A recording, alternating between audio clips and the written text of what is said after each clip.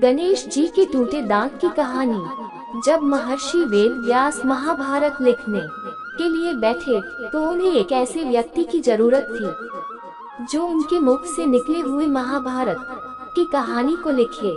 इस कार्य के लिए उन्होंने श्री गणेश जी को चुना।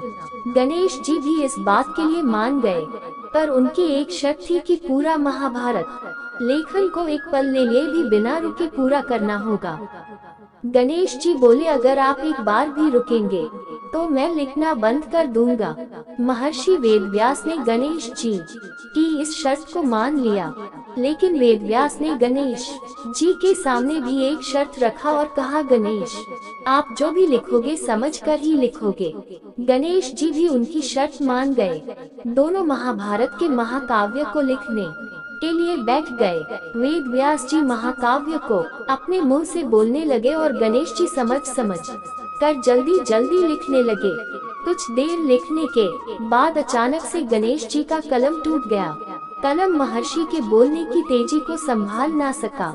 गणेश जी समझ गए कि उन्हें थोड़ा से गर्व हो गया था और उन्होंने महर्षि की शक्ति और ज्ञान को ना समझा।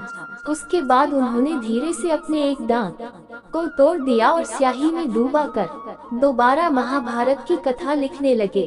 जब भी वेदव्यास को थकान महसूस होता, वे एक मुश्किल सा छंद बोलते, जिसको समझने और लिखने के लिए गणेश जी को ज्यादा समय लग जाता था और महर्षि को आराम करने का समय भी मिल जाता था। महर्षि वेदव्यास जी और गणेश जी को महाभारत लिखने में 3 वर्ष लग गए।